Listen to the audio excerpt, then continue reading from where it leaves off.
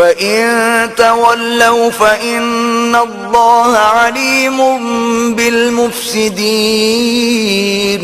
تو اگر یہ لوگ پھر جائیں تو اللہ مفسدوں کو خوب جانتا ہے۔ قُلْ يَا أَهْلَ الْكِتَابِ تَعَالَوْا إِلَى كَلِمَةٍ سَوَاءٍ بَيْنَنَا وَبَيْنَكُمْ أَلَّا نَعْبُدَ إِلَّا اللَّهَ وَلَا نُشْرِكَ بِهِ شَيْئًا وَلَا يَتَّخِذَ بَعْضُنَا بَعْضًا أَرْبَابًا مِّن دُونِ اللَّهِ فَإِن تَوَلَّوْا فَقُولُوا اشْهَدُوا بِأَنَّا مُسْلِمُونَ۔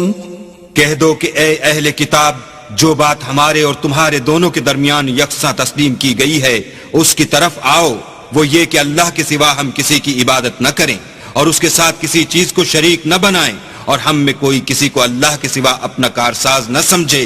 اگر یہ لوگ اس بات کو نہ مانے تو ان سے کہہ دو کہ تم گواہ رہو کہ ہم اللہ کے فرما بردار ہیں۔ یا اہل الکتاب لم تحاجون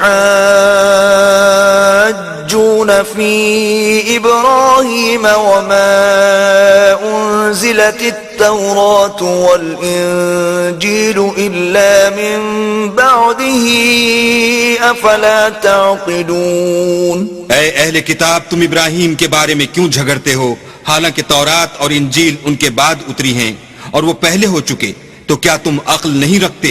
ہا انتم هؤلاء حاججتم فيما لكم به علم فلم تحاجون فيما ليس لكم به علم واللہ یعلم وانتم لا تعلمون۔ دیکھو، ایسی بات میں تو تم نے جھگڑا کیا ہی تھا جس کا تمہیں کچھ علم تھا بھی، مگر ایسی بات میں کیوں جھگڑتے ہو جس کا تم کو کچھ بھی علم نہیں، اور اللہ جانتا ہے اور تم نہیں جانتے۔ ما كان ابراہیم یہودیا ولا نصرانیا ولكن كان حنیفا مسلما وما كان من المشرکین۔ ابراہیم نہ تو یہودی تھے اور نہ عیسائی، بلکہ سب سے بے تعلق ہو کر ایک اللہ کے ہو رہے تھے اور اسی کے فرما بردار تھے اور مشرکوں میں نہ